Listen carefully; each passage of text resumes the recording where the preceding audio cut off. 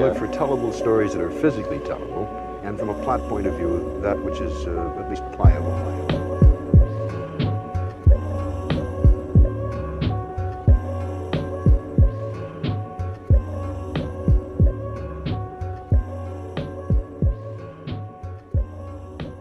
Welcome back to the Life Plot Podcast with your host, Mario Benitez. Thank you for returning. I always appreciate it. I hope everybody's doing well out there, man. I hope everybody's keeping some type of mental health, staying above this whole moment right now, the doom and gloom. I know the future is really uncertain, but as long as you're sipping from that glass of life, man, and that shit is half full, you got to keep rocking out, man. The future is always bright when you still have an opportunity to change it, I don't got too much to update you on. I will say this. I've been saying it the last couple episodes. The election is coming up, and I hope you go out there and play your part in our democracy. I don't care who you're voting for, but cast that ballot, man. It's important, man. It's your God-given right. That's the God I don't believe in right, for you. Like I said, not too much to update you on. I'll just get into my guest this week, which is Andrea Jones-Rooy. Andrea is a social scientist, host of Ask a Political Scientist. She's also a circus performer and stand-up comedian, which is my kind of people, people that got these different balances like myself.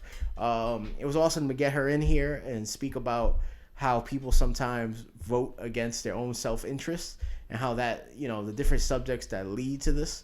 I just wanted to get her in as head of the election and kind of pry into the different subjects of our social lives, especially in American society and societies in foreign countries.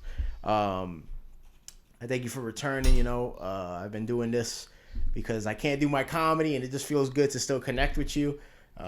It's really dope. This is helping me cope with this time myself. Finding people that fucking take time to find interest in what I'm doing and kind of connect mentally. So yeah, I really appreciate you, and I won't hold you up too much. We'll get this fucking shit started. So yeah, this is Andrea Jones-Rooy. So Stewie'ville and Lee Valentin told me I should speak to you. Yeah, they're both awesome. Yeah, and close friends in the comedy world, close friends in general now. And I was and then I looked into you. I'm like, oh shit, she's your Ask a Political Science stuff was awesome, and then you also had this whole other side that I looked into, and I would not expect that because of what you do in academia and shit. Yeah, it's very confusing. I think. But it's it is a spectrum, right? That's kind of on opposite ends of each other. Yeah. But that's some cool balance. Were you always a performer and shit though? So it is. Yeah, it's a balance that's so extreme that it keeps me sane, if that makes sense. It keeps it together for me. But yeah, I was always into performing of some kind. I did a lot of theater growing up, and I did some dance. I started too late in life to be a serious dancer. Okay. But I did a bunch of dance, and then it wasn't until I was in grad school that I got into circus, and it was honestly a coping mechanism because grad school ruins your self-esteem. Yeah. Oh yeah, it's just so vicious and those midterms and everything. Everybody I know that went to anything grad school or just took it's horrible college serious, they were just so stressed out. Yeah. And I used to just be damn, it's is it worth it? Yeah. I honestly don't know. Yeah. I honestly, even now, it's been a long time since I was in grad school, and sometimes I'm I'm so glad I did it, and other times I'm just I could have had fun in my 20s. Yeah. I have no idea what I was doing. Were you performing throughout that whole time, or were you just really in school? I was mostly in school. I actually got really into improv. Oh, cool. So I would spend the summers in New York doing UCB stuff and performing at Under St. Mark's and things like that. And then during the academic year, we'd go back to Michigan. And then while I was in Michigan, I found this place called the Detroit Fly House, which was a warehouse in Detroit before it got super gentrified, but it was definitely part of gentrification. That was trapeze and aerial silks and lyra and stuff like that. So I would go there on the weekends and just train trapeze and learn basic moves and stuff like that. Yeah. And it wasn't until I moved to Shanghai, I got a job teaching at NYU Shanghai. Okay. After grad school, that I found this nightclub that was circus themed, and they were hiring both Chinese and international performers. Yeah. And I was fuck it. So you just jumped in full force with that. So I auditioned, and first. then I became a full-time performer from there. Oh, that's cool. Which is a bad move if you're starting out a career as a professor. So. Yeah. So I imagine was that like weird for people in the professional world for you? Like, what? I think so. Them kind of seeing that, like, yeah. To me, I think it's awesome because I come from more of the performer world. Yeah, like, that's fucking cool. Yeah, but I imagine like some real like suit and tie, uppity. It was definitely mixed. Like, I was lucky that a lot of the people I worked with at NYU Shanghai, like, you don't move to China. Most of my colleagues were American. Yeah. It's a joint American-Chinese university. You don't move to China if you're not, like, at least a little bit open to new stuff. Yeah. And so my colleagues were pretty supportive. They would come to shows and stuff like that. Not like the senior people, but like the people my age. And then I didn't advertise to students because that's, like, inappropriate. But it was a very popular club in Shanghai, and there's no drinking age, so my students would show up. Oh, they just be like, "Hold on, I know that girl." Yeah, like, we had a lot of makeup, sometimes we had masks and stuff, but after a while, word got out. Yeah. And, like, most of the time, students were like, "Oh, that's cool." And I feel like if I was in college and my professor was doing that, I would be like, "That's awesome." But there were a few who I think, like, didn't take me seriously because of it, and it was kind of a bad Yeah, that experience. sucks too, because you're doing, like, you're doing circus type stuff. So Yeah, like, and it's a nightclub. It's not like it was, like, the ballet, Yeah. So, I mean, nothing, like, wildly inappropriate, but it's, like, burlesque and some people, I could just see, like I said, like, real... kind of like uppity, or to anybody who's kind of like a tight ass, kind of like me, like, they'd be like, "Oh, I don't know," I mean, it could have been a lot worse, but what I don't know is, A, if people did hate it, and maybe they just didn't tell me and thought less of me, but I also don't know, B, what jobs it's prevented me from getting since then, because, like, you looked me up, and my name is Googleable, and I don't use a stage name or anything like that, so I don't know but whether I've shot myself in the foot. I mean, more of your professional stuff does come up. Oh, good. Okay. But I guess because I know, like, I knew there was this other end, so I'm, like, looking at that, too. But, like, doing these, like, circus performing arts, like, a lot of that is kind of dangerous, kind of like... Yeah. And then, like... I mean, well, I guess what I'm trying to ask is, like, because you ended up doing stand-up, too, right? Yeah. Which I feel like people say that's people's, like, biggest fear and shit. It's way scarier, I have to tell you. you. Do you? Really? Yeah. But I feel like, because if you're doing, if you're doing trapeze, you can, like, really hurt yourself. Yeah. And you're performing something like that. Yeah. And the bombing in trapeze hurts. Yeah, you could die. Like, you're not going to die if you bomb and stand No. up. Like, you might get canceled, or you might feel bad about yourself, or someone might, punch you after a show or something like that. But that's going to be the end of it. No, that's true. So circus is a lot more physically dangerous, for sure. I'm kind of a wimp, so I tend not to do stuff that's super high up. Yeah. Like, people who are doing, like, the real, like, flying trapeze and things like that. I've seen people get really injured. And, a lot of my friends are contortionists, and so you can, like, you're bending your back in crazy ways. You can like, seriously hurt yourself. You stay like that, right? Yeah. So it's not to say that it's, like, it's super hard. It's super scary. I do fire, which I find it very thrilling and less scary. Maybe I don't find it scary enough. But for me, stand-up is what makes me so much more scared. Like, I used to be doing circus and, like, performing on stage doing circus and know that I had a stand-up show the next day and be thinking about my the set. stand-up? Yeah. While you're playing with fire. Literally like, playing with fire. Yeah. And I'd be like, oh, what am I going to say? Like, that's not funny enough, blah, that's blah, blah. That's so crazy to me because I feel like so, like, not that I feel comfortable. Like, of course, I'm always horrified before I go on stage. Right. Sometimes I feel like I gotta throw up.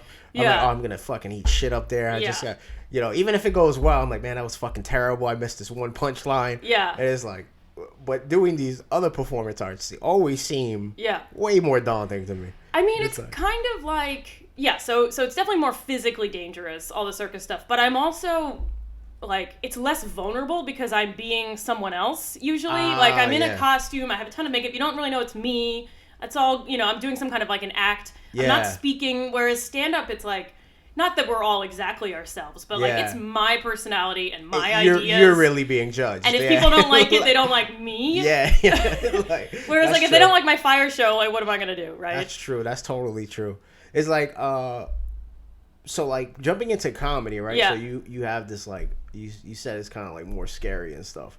I always thought of, like, and I guess this will go into the more serious aspect of this stuff, but I always thought of comedy being kind of like a social science. Yes, like, I think that's right. Stepping into a room and, like, just the analytics that take place in your mind while looking at a room, Like, most of the times you do have your act, but still you edit all these minutes based on who you're looking at, what people have laughed at, based on everything that I feel like feel like social sciences, Totally. the subjects are studied by. Totally. Linguistics, history, race and stuff within it, politics.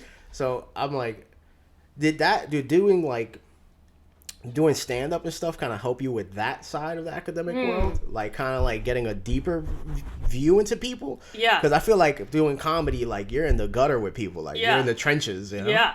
No, and I mean, I will say that I think...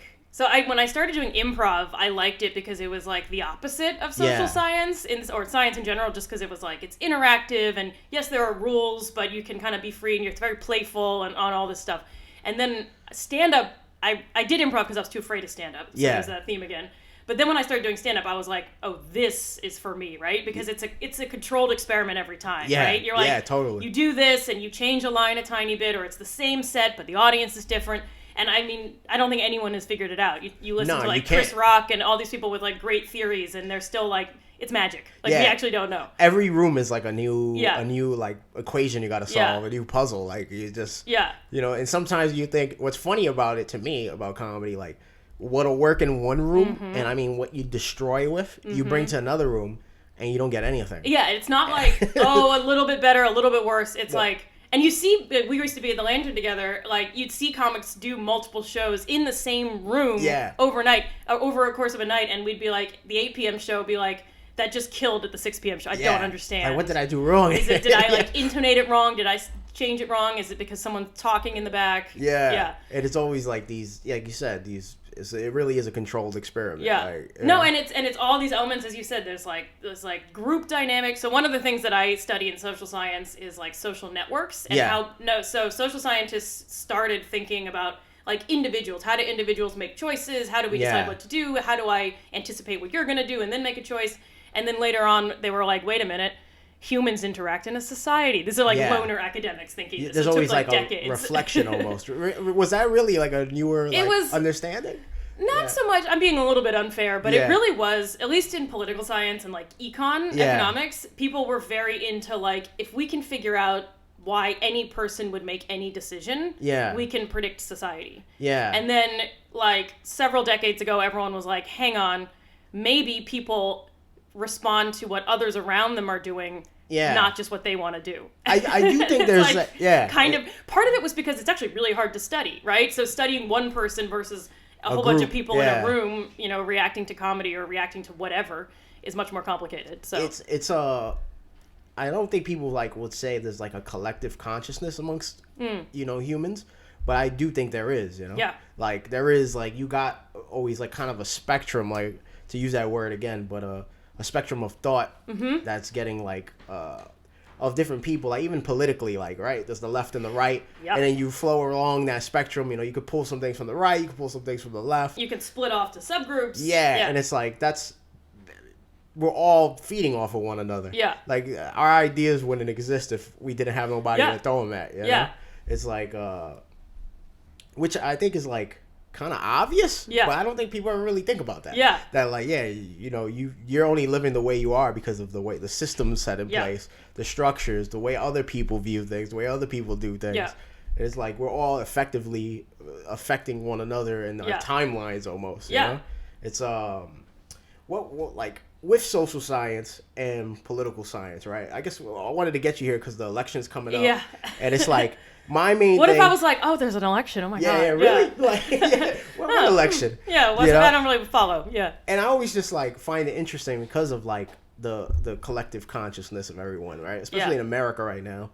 I just always wonder like what makes people like vote and go against their own self-interest. It's like, and I know that's glad you asked. I was literally thinking about that on the way up here. I was like, what is wrong with people? And it's like, but sometimes they'll choose. It's weird to me because they'll choose to go side with somebody that doesn't give a fuck about them, but it could be that they only agree on maybe 2% or 5% of the collective of thought in them, right? But that 5% will make them go, all right, fuck the 95% of things that I don't agree about with them, and now I'm just gonna rock with you because me and you believe, I don't know, like, right? And I kind of see that now, so polarized in America, right? And I always bring that up because, like, as a Latino, I see, like, I'm Puerto Rican and Cuban, right? So especially Cubans in America, they're like, and I get it. Like I always talk about this. I get it that, they come from a communist country. I totally get that. They dealt with things that I didn't know, I never dealt with, you know? So I know they had to deal with like getting money yanked from them, getting an embargo put on them and then escaping for the Castro's regime. It's like, but they come here, and I'm like, I don't feel like people realize that you're just like, in America's eyes, you're a Mexican, which is the rest of us have no idea. We're not smart enough to appreciate nobody else Cuban and Mexican. Yeah, and it's like, so like, when they chant, build that wall, it's like, they do imagine your ass behind it.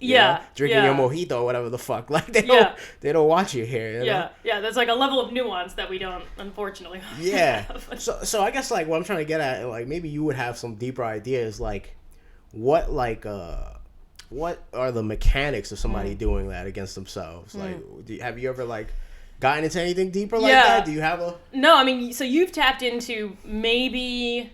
Let's see. One of the biggest questions in social science, at least I'll keep speaking in terms of like political science and a little bit economics, just because political science, you didn't hear this from me, tends to follow in econ's footsteps every now and again. But not always, but we have followed their lead. But generally, I mean, political scientists and economists love to think that humans are rational. And rational just means like always act in our best interest. Why wouldn't I? Logical. It turns out if you actually look at what most people are doing, like not only are we not sitting down to like actually figure out, because like mathematically at any moment, like it's impossible to know everything, but I could be thoughtful and I could, for a candidate, I could say, well, I agree on 5 of these things, but 95 of them are different, so I'm going to vote for them, blah, blah, blah. But people don't behave that way, right?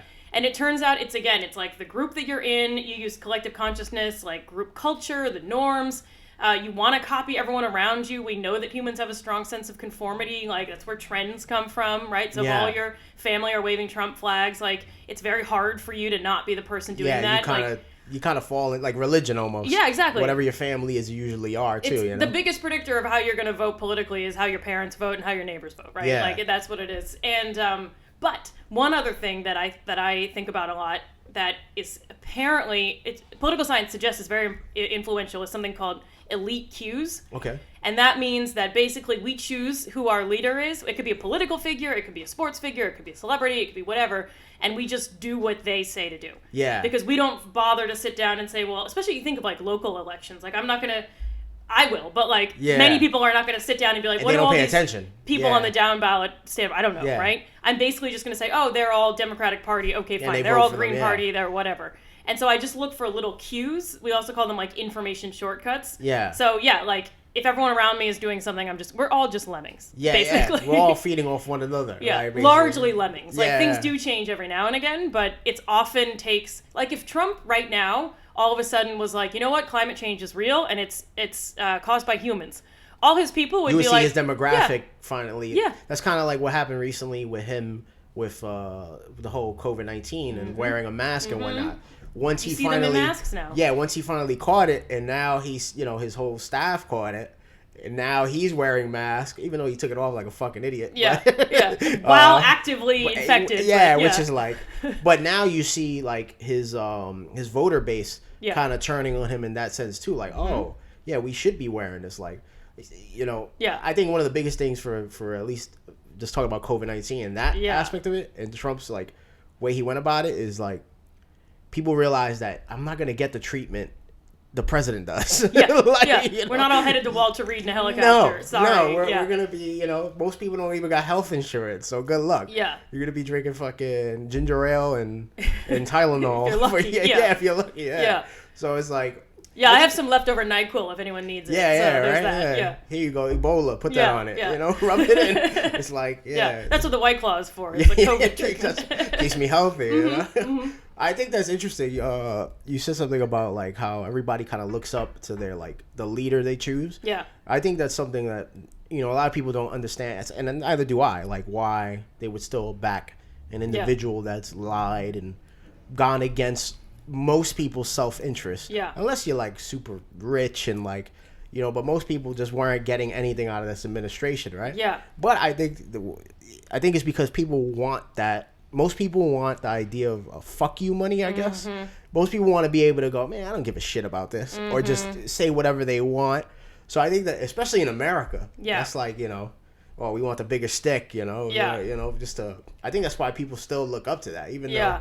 that's why they voted him in. Oh, he wasn't being a good example of a politician. He was just being real. Yeah. Even though he was a real phony. Like, Yeah. Yeah. like, No, I mean, and it's just incredible the amount of stuff. And I'm, biased because I mostly just consume the news that is sort of leans in politically where I do. But it's like the taxes stuff, all the lying, all the scandals, so treatment much of women, like the racism. Like, I don't even know. He put... I can't think of a worse person besides like, Hitler and like some other very big, horrible names in history. And what's funny to me is that like people will go, oh, that's always been politicians. Yeah. Which is kind of true, but people have always had maybe one scandal. Yeah. They had one thing that they slipped up on or like... And at least they like... And maybe this is what you're describing, why people like him, is like... I was like, there's at least like an air of decorum, or like you pretend that you're not an asshole. Yeah, that's... you try to be a decent person. Maybe I am like, shouldn't be so obsessed with manners, but it's like, he's just so mean. Yeah, I just... all the time. I would not, like... I guess because I'm not like that. Yeah.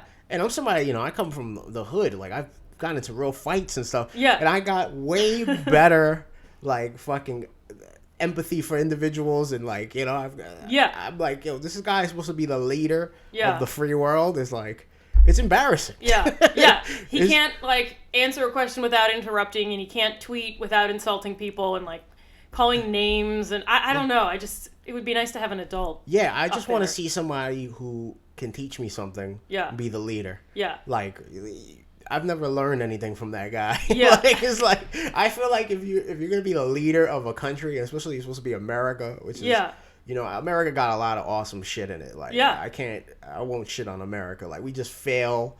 We fail at the execution. Yeah. But the idea is really awesome. Never heard that. That's awesome. That's the totally truth right. To it. Yeah. Yeah. The idea is great. But, the execution. We're sort of like the deadbeat son who's like a genius, but like kind of just sits in their parents' basement. But like their ideas just are awesome. Yeah, like, they throw it at the wall, but like they're just ideas. There's lava lamps everywhere. Yeah, they're not making anything happen. Yeah. They're smoking fucking a bong every day. Yeah. But they're like expounding like new constitutions every day. It's like great stuff. I was like, you gotta write that down. Yeah, one day. Yeah.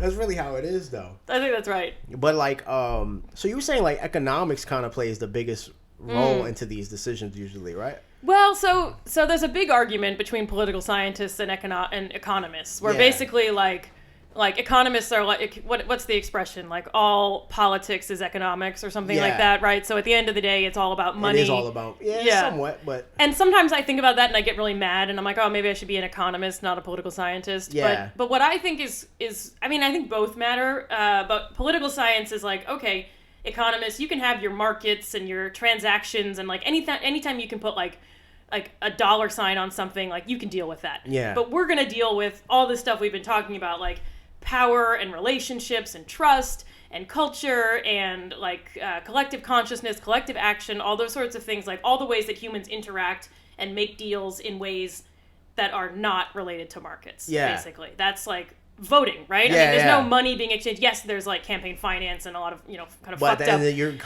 voting on their ideas that they're presenting. At the end of the day, you are. I mean, and yes, money matters, right? That's why we care how much money politicians raise, etc. But look at someone like Bloomberg, who had all the money a candidate could ever have. It didn't do shit for him. Yeah, we actually hated him because of it. Yeah, And wouldn't it have been nice if he just used that money to support a different candidate? Yeah. Or lower, down ballot candidates, or instead of being like kind of selfish almost. Yeah. Like, I just want to.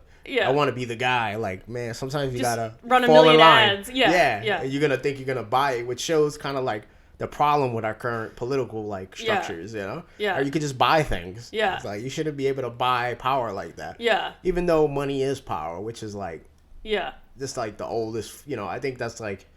If you look at the creation, like since after we went from like barter systems and shit and like mankind, once there was like the idea of economies and the idea of I like to call them survival tickets. When you're no longer, especially that's what we live off. That's how you for shelter, for food. Yeah, you're using money to survive.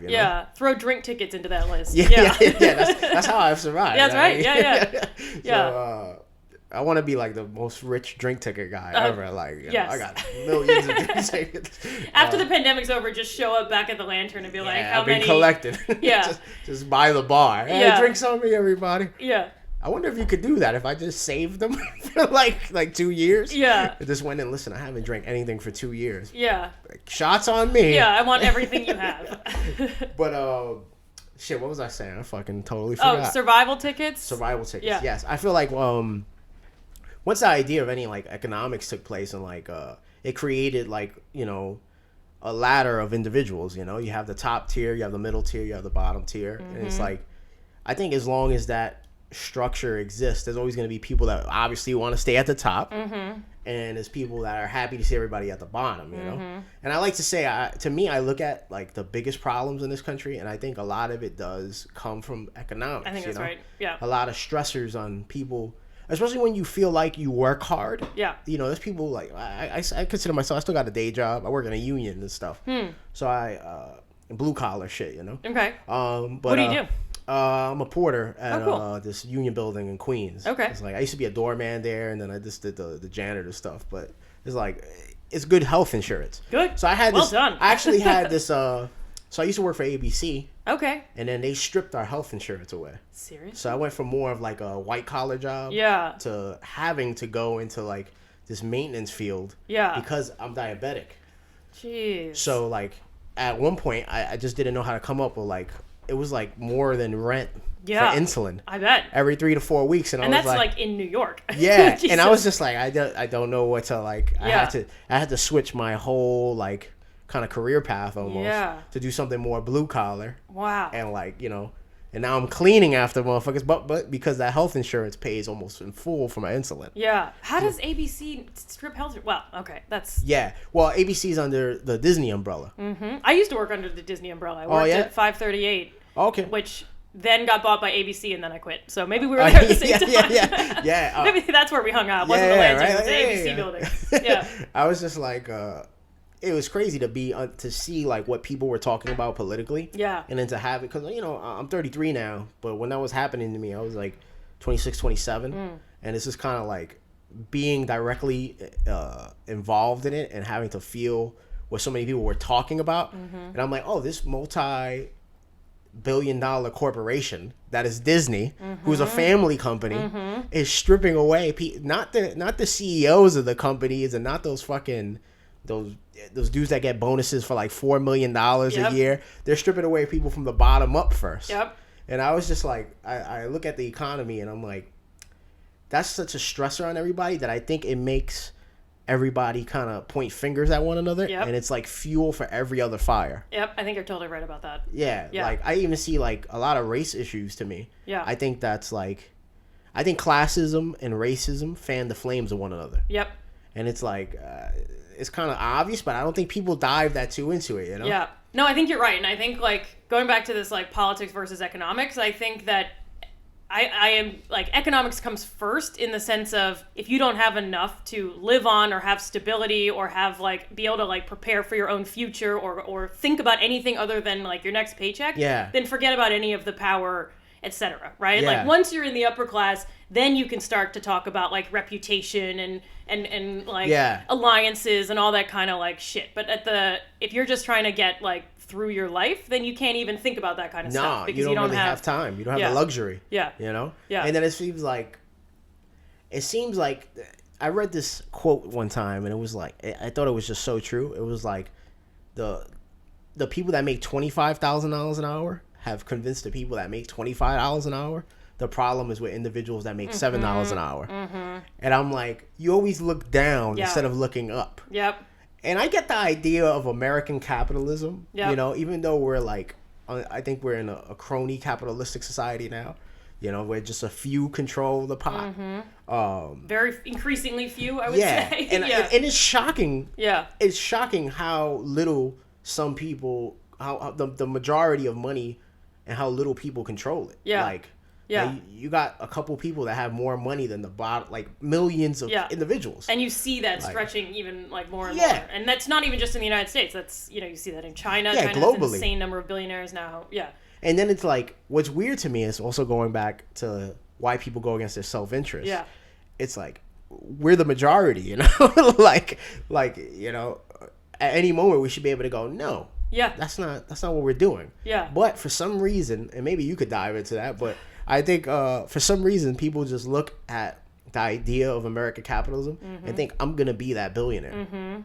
There's this illusion of mobility that we love. Yeah. And I was talking to, on my show, I had someone named Vince Hutchings, who's a professor of political science at Michigan, which is where I went to grad school, and he studies race and politics, and basically how people's attitudes about race influence how they behave in the political world.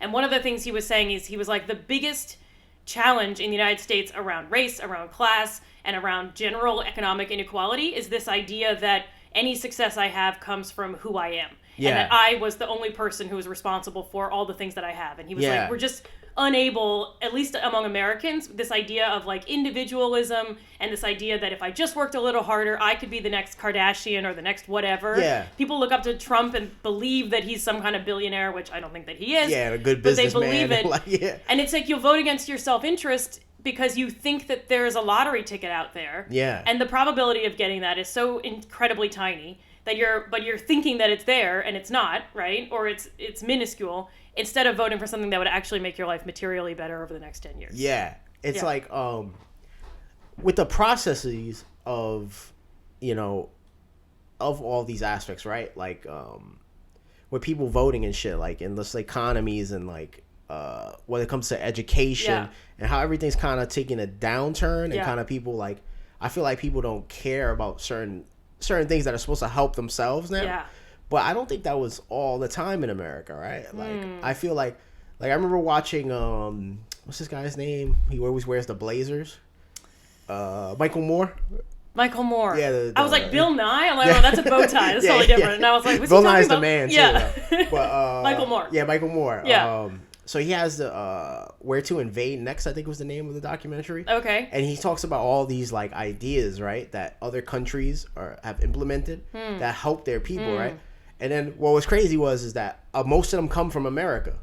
Yeah, like, you know, the ideas of like drug laws, how they are in Portugal and shit, they came from here. The ideas of like the ideas of restructuring, like when we had sweatshops here and shit. Yeah. And like worker rights and stuff come from here. And like, and what, these other countries just implement it better? Because that execution. Yeah, the execution. So it was like, if you watch that, I was like, oh man, we were doing all this. Wow. And then we really just, and I don't know what contributed to that. Is it just the politicians? Is it just the upper class that kind of like, that just said fuck everything else? Or like, is it us just not paying attention? Like, I don't know. Yeah. I haven't seen this. I had no idea that these, because you look at a lot of, every country has their issues, right? Yeah. And every country has totally different circumstances that allow them to kind of pull off the same policies more or less effectively. But I hadn't really thought about that as coming from the U.S. But yeah, I mean, we got to get it together. Yeah, it's like, you know, we're just. I think it's just also, it's like you said, we're the kid in the basement that just wants to smoke, have lava lamps. Yeah, because it takes so much work. Yeah, it's like, and like I guess with freedom, you don't want to do the real work. Yeah, to better your surroundings or your society. Yeah. You know? I mean, one of the things that I think about a lot, and this is not a unique idea, but you think of like Canada, you think of a lot of Western Europe and other parts of the world where you have much more of like a social safety net, right? Yeah. Like more, not quite universal basic income, but something like people are going to be taken care of. Yeah. You're going to get access to health insurance and you get the basics, right? And the U.S. has just decided that is not for us. And that is probably one of the big, again, that drives economic inequality, that drives opportunity inequality, that puts power among politicians who are just going to cater to the wealthy. Like, I would imagine that that's at the root of a lot of the reasons we can't pull anything off like what you're describing. I think it would be like such a real easy fix, right? Yeah. If you socialize medicine, just, you know, I think you should still be able to have a private option. Yeah. You know? But if you socialized it, you take such a weight off of people's shoulders. Seriously. Especially in America. Yeah. Because we're all unhealthy. Like, we're all driving everywhere. We're all eating shit food. Yeah. Yeah. And it's like, we should make sure our tax money kind of helps this. Because at one moment, we're all, if it's not ourselves, somebody we know is going to be fucked up. Like, you know? And then you get into these systems where it's like, you don't go to the doctor because it's going to cost a fortune. And so you wait until something's super wrong. And then you're in debt. Yeah. And you're just ruined for the rest of your life, and you're unhealthy, and you know it's a bigger cost on the system. It's just way worse. The times that I haven't had health insurance were easily the most stressful. I mean, it goes with also not having income usually. But that's just knowing it's like it could all go so wrong so fast. Yeah, is terrifying. And that we're supposed to like, you know, I don't know how true it is, but we're supposed to be the richest that we've ever been in the history of the world, right? Like that's what supposedly. Yeah, supposedly. Yeah. I can't compare it. Like I don't know how much gold fucking Alexander the Great had, you know. But to be fair, he died. I only learned this recently. He died when he was like 31. Oh, really? And I was like, I'm 37, and I was like, I gotta get my act together. Like, he took over. The whole world and died, and I am like 6 years older than that. I'm still telling like fart jokes and shit. Yeah, I gotta start taking over nations. Yeah, man. I was literally watching like an Alexander the Great thing on YouTube, and I was like, it was like last week. I was like, I was like in my sweatpants. It was 6 at night. You know. One of my favorite things I heard about Alexander the Great was about his encounter with the philosopher. I don't know how to pronounce it, but it's Diogenes. The dog. You ever heard of that guy? No. He was kind of like this rock star philosopher. Okay. Who was very like I believe he learned under Socrates. Okay. Right? And he told Socrates straight up. I'm pretty sure it was Socrates, but it was one of those major philosophers at the time. But he told them like everything you're teaching people is bullshit. Whoa. He was like, yeah, you're not teaching them things to really help them. Which is like at the time, this is like you know, he was the Don of philosophy. Yeah. So he lived like this real rebel life.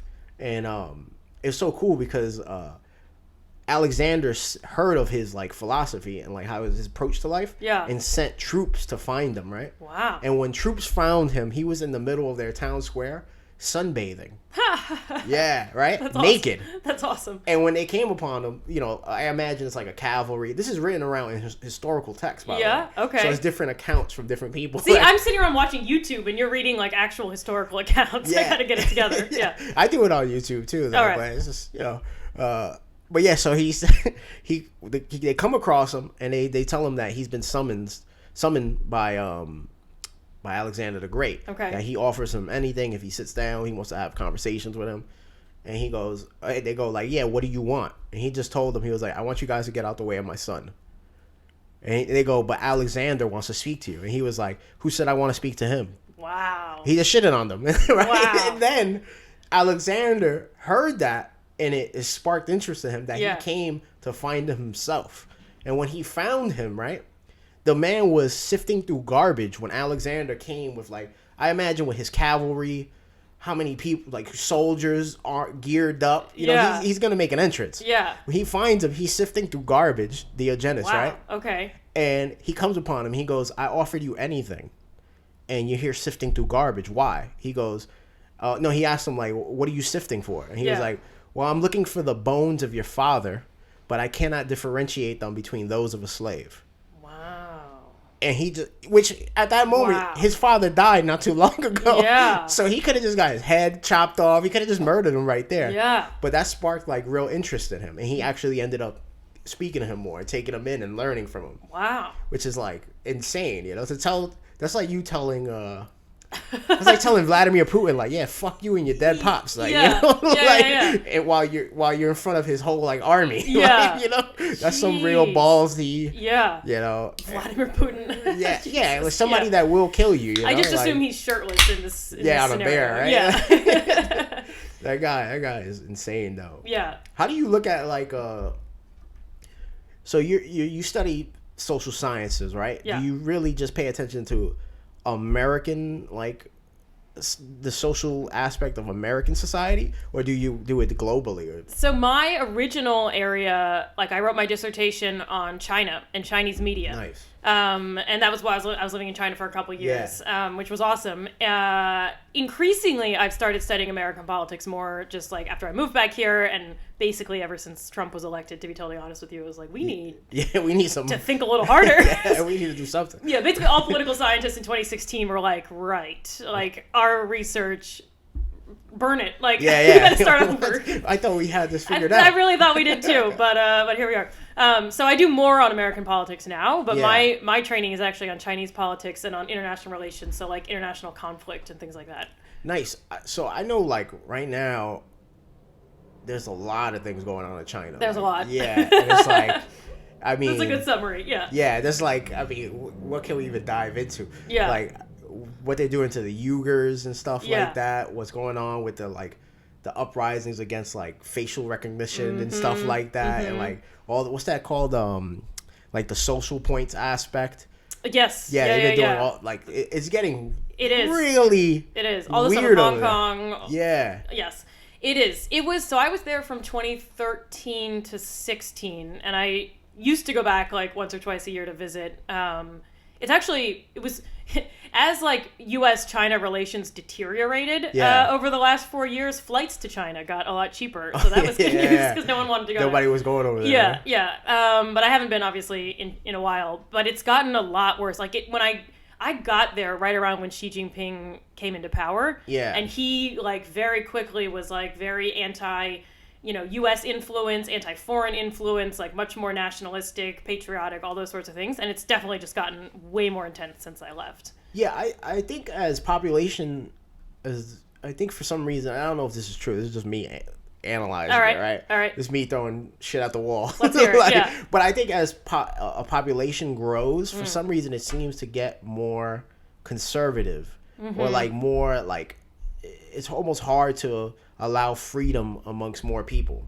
You definitely see that, like, the populist rise in Brazil, U.S., China. Yeah, it's Russia's weird. Democracy is kind of getting a beating right now. Yeah. Which is amazing because what was it? It was like right after the Cold War, like 1990s, all these political scientists and philosophers and social scientists came out, and that was the whole like end of history. I think that was Fukuyama was like, well, now that we're all just going to eventually become democracies, we're going to stop fighting with each other. Yeah. And peace will live on forever. It lasts, what, like one generation? Like, not even. Yeah. Not even, basically, like, we kind of like coasted through the 90s. Like, there was stuff in Kosovo that was really bad, and then like 9/11, and it's all been hell ever since. Like, I always wanted to write, and I'm not anything in academia or like, I'm just a fucking comic. Like, comics, honestly, I'm a comic janitor. The true scientists, the true philosophers. I believe it for sure. Yeah, and I always wanted to write, and I just never did because I feel like just even like how I imagine the headline being and the paper would be like people would get mad at it.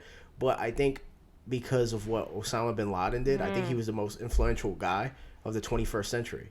He like by destabilizing the Middle East. Yep. You see the fall of everything. Us going into Iraq, us going to, our relations with Iran deteriorating, and then everything that proxy war going on in Syria with Russia, Iran, America, and then all this shit going on. Pakistan, Afghanistan, and the whole thing. Yeah. It really shifted everything. And I think you're right. I thought you were going to go in the direction of like domestic politics in the U.S. I mean, obviously, like Homeland Security wouldn't exist. Like all this stuff with the NSA, like I think it made a lot of Americans more conservative. It gave George W. Bush a huge boost in the polls, frankly, from both sides. Yeah. But his approval ratings were the highest that have ever been, or at least in 100 years, right? And I would be shocked if that didn't lead to all of the other major, like, differences of opinion, let's say, between Americans and the U.S., or at least had a big role in it, right? I think that's a really big thing that happened, like the surveillance state of America, too, and how we kind of fell into it because of the fear of events, we looked at the worst and we just gave up our privacy. Yeah. And we were really like nonchalant about it. And that was before Facebook was like a big thing and everything, before we all willingly did it. Yeah. Now, like actively. I do tell people that now, that people that like, even myself who's kind of like, I'm aware of the surveillance state. But I'm like, but I geotag everything I'm doing, Yep. Like, so you don't gotta. It's not hard to find me. Yeah. Like, I'm on fucking Snapchat. Yeah, like Instagram's like, do you want to type in your location? You're like, yeah, I do. Yeah, like, I'm at Lansing at 8 o'clock. Holla at me. Stand up New York at 6. Like, Oh yeah, I would be very easy to find and kill. Yeah. You'd be all right. I'm gonna go get them on stage. Super easy. Yeah. Especially comics. We're always like, I will be literally right here at this, some godforsaken bar at 6. And now we're outside. It's like it's not even. Now we're dropping pins in parks. Like, just find me under this tree. Yeah, like we're definitely gonna die. Yeah, but I definitely do think that Osama bin Laden was the most influential guy of the 21st century. And it's like, it sucks that we fell. If you wanted to have a villain for the world, he did what I think only a few people did to really affect global change. You know who'd be mad about this is Trump. If he heard that you thought that Osama bin Laden was more influential than he is. Oh, way more influential. I think you're he right. He don't got shit on Trump. Like, yeah. Trump don't got shit on him, but like, you know, he would be upset. Yeah. And I guess that's a good thing because Obama took him out, which is like, you know, I'm weird when it comes to like understanding like how we affect one another with global politics and like, you know, foreign politics. It's like, I understand we're such a like especially in America, since you have elections every 4 years, you gotta inherit. You inherit the last guy's problems. You know, you inherit all the problems of your prior like maybe 3 or 4 administrations. Yeah, you know? And it's like, I always speak to people that feel like, I think especially people like minorities like myself, we feel like we want magic, meaning that we just want it to be like, oh, why are you in a war? Why are you doing this? Why are you doing that? Why are you bombing this? Right. But like just stop doing it. Like it's over. Like end it. Why not? Which makes sense. Yeah. But I also don't think it's possible because you have fallout from these things. Yeah. You know. Yeah. It's like you could leave the Middle East. But what rebel groups would come to power, right. you know? Right. It's like, and I'm very anti-war, but I just also understand that once things are in certain motions, it's kind of hard to peel back from and like break the cycle. Yeah, because it's like generations. So I am not an expert on like Israel-Palestine conflict, but it's generations. Yeah, but like thousands of years, right? Like can point to things the other side has done to them, and it's like, I don't know how you get away from that. Yeah, honestly. and it's so deep rooted because I think that's like. It's not just hundreds of years. I think it's like thousands of years. That's right. Like you got beef for that long. It's like it's kind of hard to be like, yeah, we good now. Yeah. You know? Yeah. I mean, friendships fall apart if you disagree twice. You yeah. know? I mean, imagine for thousands of years. It's like far back as you can remember. No, one of the things that to get all political science on you again, but a lot of political scientists, I would make them sound like complete idiots. But for a long time, everyone was like, okay, why does war happen? Like, let's collect all the data there ever was on any war and figure out what makes a country more likely to go to war. Yeah. And then after a long time of doing that, everyone was like, oh, I see. Most wars are just the same 2 countries fighting all the time. Like, it's not actually the case that, like, I mean, there is war between lots of countries all the time, but, like, the vast majority of wars, if you count them up over history, are these, like, protracted conflicts between just a few actors. Yeah. So, like, North and South Korea, India, Pakistan, Israel, Palestine. The same people kind of causing problems for one another. Yeah. U.S. versus just fucking everyone. Yeah, but like, otherwise, it it's that. It's like we just can't stop killing each other. Yeah. Basically, like in these like, they're like the vast majority of conflict are just the same actors over and over again. I look at nature and like evolutionary biology and stuff, and I think that's just inept to who we are. Like people like to think, you know, we're not animals, but like look at the wild, right? Like the wild doesn't give a fuck. Like, they'll kill your kids. Yeah, a lion will come. They'll eat their own kids. Yeah, hippos are just. Oh yeah, that's he'll get with his new girl. I'm gonna kill your old son because it's not mine. It's like, and we forget that we're a part of it. Yeah, even though you just described the plot of like most murder movies. Yeah, it's like, I will get revenge and I'll kill your kids. Like that's like every show I watch. And people forget. Like I feel like it's something that we're also aware of, but not aware enough. Yeah, that we've got this like primal instinct that just doesn't care about anything, and it's like, especially like. When you look at the ideas of tribalism, how we came up, you know, I mean, we made it to the modern world through cooperation, you know, started farming and shit and then creating cities and, you know, these bigger societies helping and like one another. Laws and currency and all this stuff. Yeah. But for the most part, we were still always so tribal, you know? Yeah. It's like, and it's even to today. It's funny because I think about that, right? And then I look at New York City, right? I think New York City is the example of what the world could be. Meaning that, like, you know, everybody's here. You get on the train cart and they got everybody. You got a motherfucker from every part of the world. Yeah. You can find like a restaurant, like an authentic restaurant from like any type of food you can think of. Yeah, and then you'll have a Puerto Rican in there. You'll have an Irish cat in there. You know? And it's like it could be what we could be. Yeah, I love it, but you're right. It's not what the rest of the world looks like. Nah, not at all. And I don't think. And I don't know if I wanted it to look like that though. Yeah. You know, I think there is something in not having like everything be like that. I think going someplace, it makes it a little more special. You know? I will say I do notice, you know, even driving to New Jersey, you're like, oh, there's trees and like grass. And Yeah, stuff. you just Instead totally of everyone different. crammed in on top of each other. But, Yeah, there's something. There's something special to that. Yeah. Keeping like some authenticity there. But you can still have like, so in the in New York, people from all over the place all live together, and I think it's awesome. You're right that like it is nice to be able to go to different countries and have different cultural experiences and things like that. Yeah. But we could also have that and not want to kill each other. Yeah, at the same time, yeah, right. That yeah. to go back to your point about tribalism, like I think that should be where we haven't figured that out. I think that's where, that's been a battle with mankind since we've had the spark of self-awareness, of consciousness, since we realize, since we can look in a mirror and know that's ourselves. Yeah.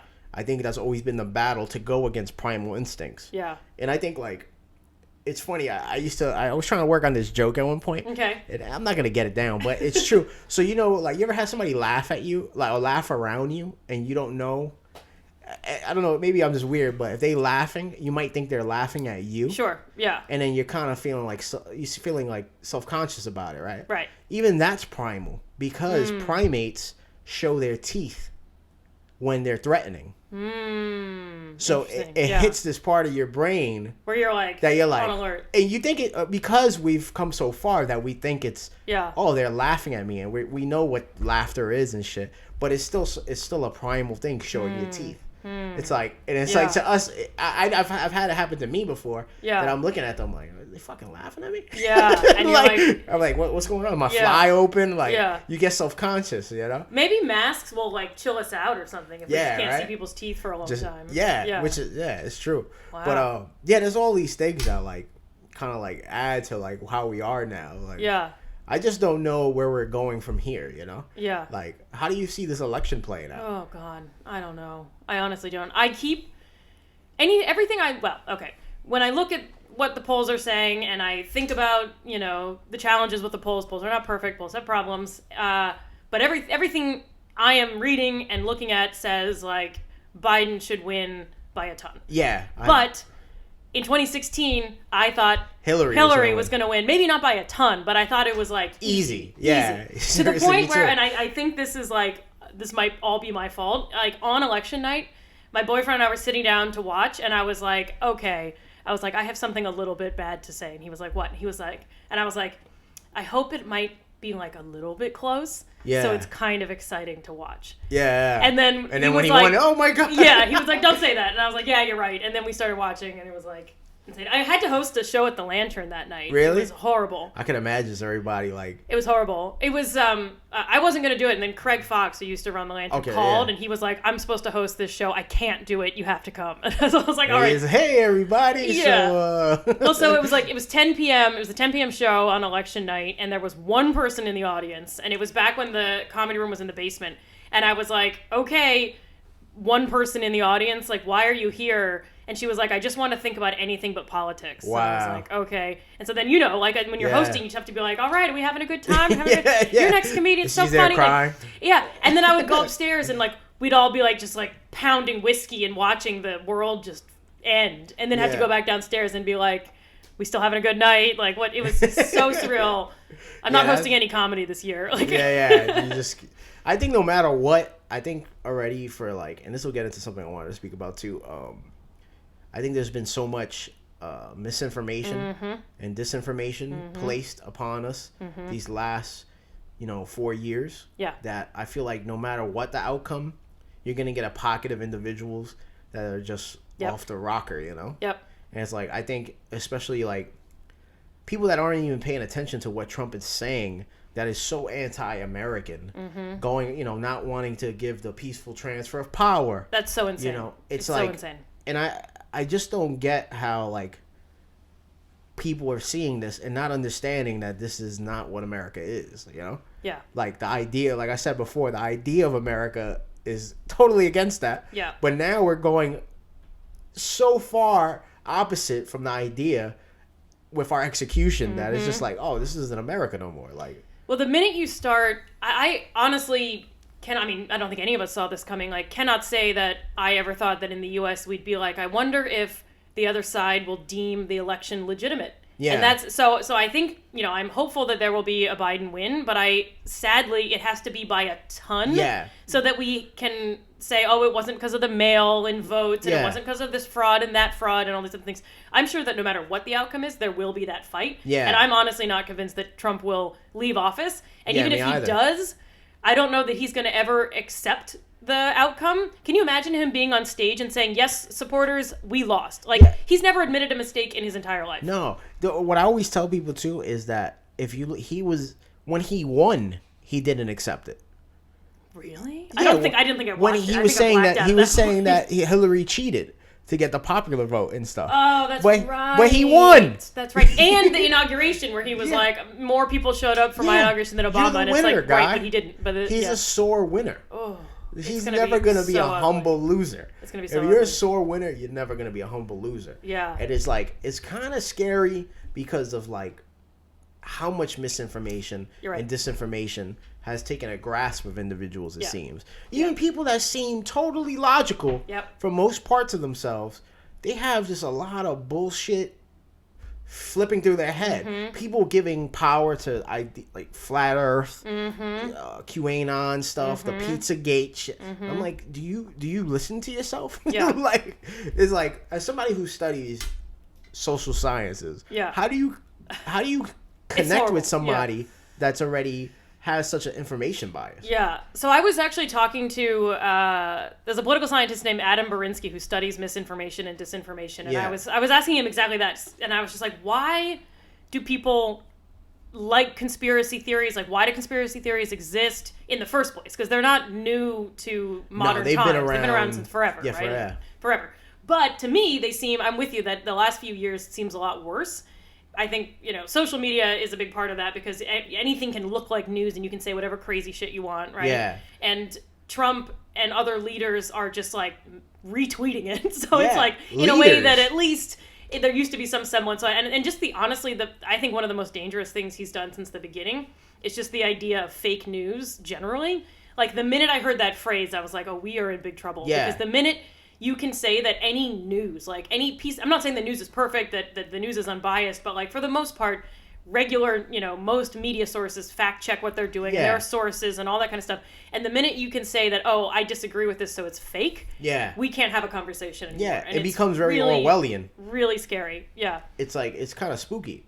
It's like we're not in the same reality anymore. Yeah. Well, so one of the things he was saying that I thought was really interesting was, I was like, so why is this? Yes, it's worse now, but why do humans like these things? Why wouldn't we, going back to this original question you asked, like, why wouldn't we want to find the correct information so we can make a good decision, right? Why wouldn't we want that? And he was like, well, one thing is that it's kind of a coping mechanism. Yeah. So if life is going horribly for you, it's much more palatable if you can blame it on, like, some secret society that's wielding all the power, or the Democrats are doing abortions in like a pizza shop, and so that's why everything's so corrupt. And I don't know if you've seen it, this isn't social science, but like that Flat Earth documentary. Oh, no. I only watched the end of it. I couldn't bring myself to. My boyfriend was watching it, and I wandered in the second half. And one of the big things that struck me was, at least in this, they get together for these meetings, and I was like, how much can you talk about? Like, the world's flat, got it. Like, what is going on in these conferences? And it was like, they were like, we feel so misunderstood, and I never felt like I fit in, and I don't understand what like the mainstream is saying, blah blah blah. And it was much more about community than it was about the fucking Earth. Yeah. And I was like, oh, I see why you would.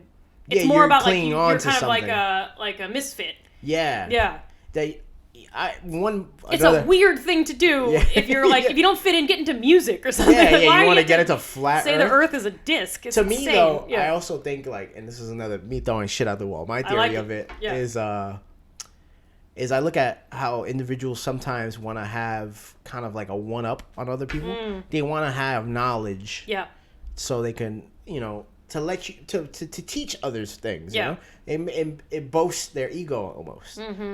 So I think if you got somebody that says, if it's 100 people and one person says it's not, 99 say this is this, and then one person says it's not, you go with the it's not because you want to be, it's like exclusivity. I think that's right. Yeah. And I also think it's like laziness.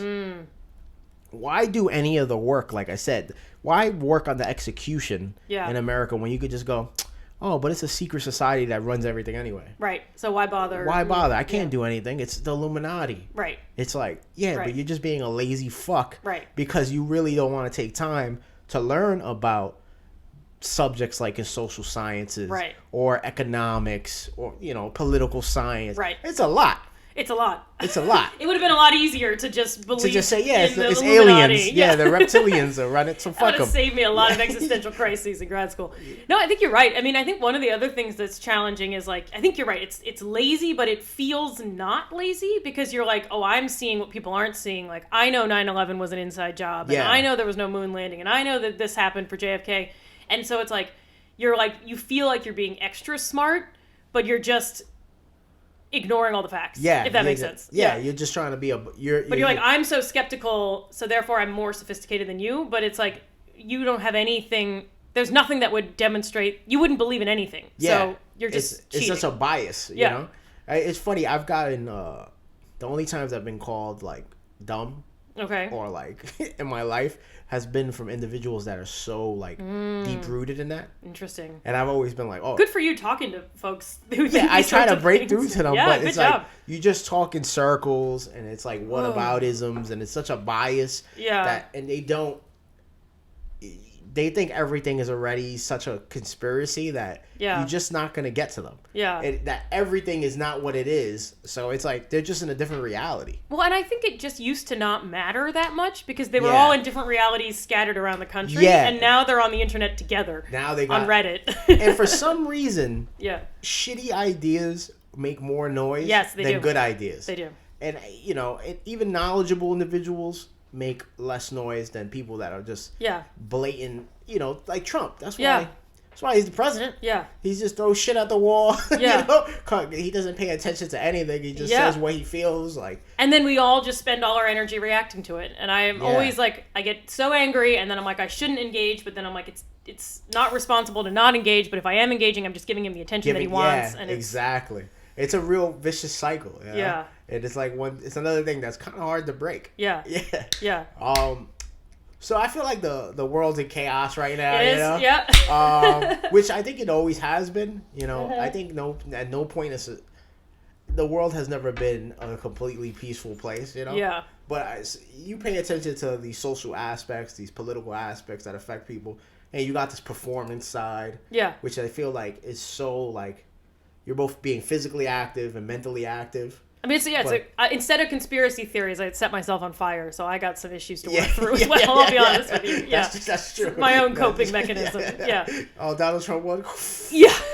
Where's the lamp oil? Truly. I'm going to douse myself in lamp oil. That actually really tracks, yeah. But, like, what is your downtime? What is my downtime? Where do you find yourself at peace and shit, Oh, very, very rarely. I mean, honestly, we were talking about this right before we started recording. Like, performing was a big source of that for me. And it's not like the calming, it's not like the Zen downtime that maybe a lot of people think of. But it's like, it's short little bursts where you're just hyper-focused on one thing, whether it's like your set and like what's happening in the moment or not catching yourself on fire. Like, it forces your brain to be very clear and very focused. Yeah. And I think that was like my main outlet for a long time. Yeah. Kind of doing what you want to do, right? Yeah. Instead of like, which is, you're still performing and getting a reaction from others. Yeah. But it's still, you're kind of reflecting upon yourself, right? Yeah. And that's what I mean, one of the things I really love about stand-up the most is like we were saying before we started, like it's just you. Yeah. Or maybe this was after we started. It's just you, and if people don't like you, that's too bad, right? Yeah. And it really hurts. But it's like when you're on stage, it's like only you have no one to answer to but you. You can say literally whatever you want. So like when I'm teaching or if I'm doing like social science stuff, I can only say certain, you have to be very careful with your words. Scientists have to be very cautious with what we say. But stand up, you can say whatever crazy thing you want. Yeah. And like see what happens, right? Yeah. So it's like very, very liberating. You're still afraid that the audience will hate you, but you have a lot more control. Pure freedom up there almost. Yeah. And same with fire or trapeze, right? It's like I'm there, I'm holding this thing that's completely on fire, but you feel a little bit like a superhero because you're like waving it around. You're controlling danger. Yeah. Yeah. Awesome. Yeah. Well, I think this will be the end of it. Perfect. Thank you for Controlling fucking danger. doing this. Yeah, I like it. It's the title of this. Controlling Danger. Yeah. You know, Osama bin Laden Yeah. is better than Trump. People gonna be like, what the fuck? I'd listen to that. Yeah. Thank you for doing this. Thanks for Seriously. having me. I This was a lot of fun. appreciate it. Thank you for listening. That was Andrea Jones-Rooy. Peace.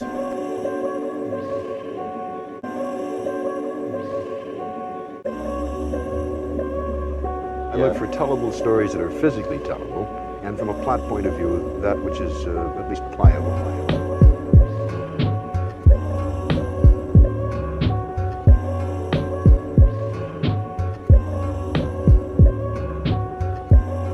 You know what I mean, Yes, don't you? yes,